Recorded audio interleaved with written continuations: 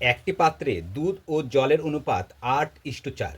ওই পাত্র থেকে কত পরিমাণ মিশ্রণ তুলে সমপরিমাণ জল মিশ্রিত করলে পাত্রে দুধ ও জলের অনুপাত হবে 1:1।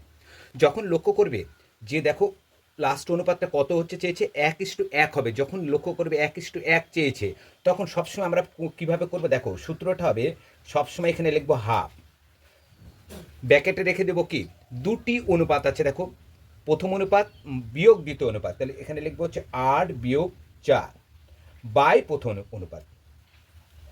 তাহলে এখানে কি হবে, এখানটা আমরা লিখতে পারি হাফ গণিত 8-এর মধ্যে 4 বাদ দিলে লিখতে পারি 4/8, লঘিষ্ঠ করে দাও 4-4, 4-2-8, তাহলে 1/2-2-4, 1/4 কোথায় আছে, অপশান সি নম্বরে।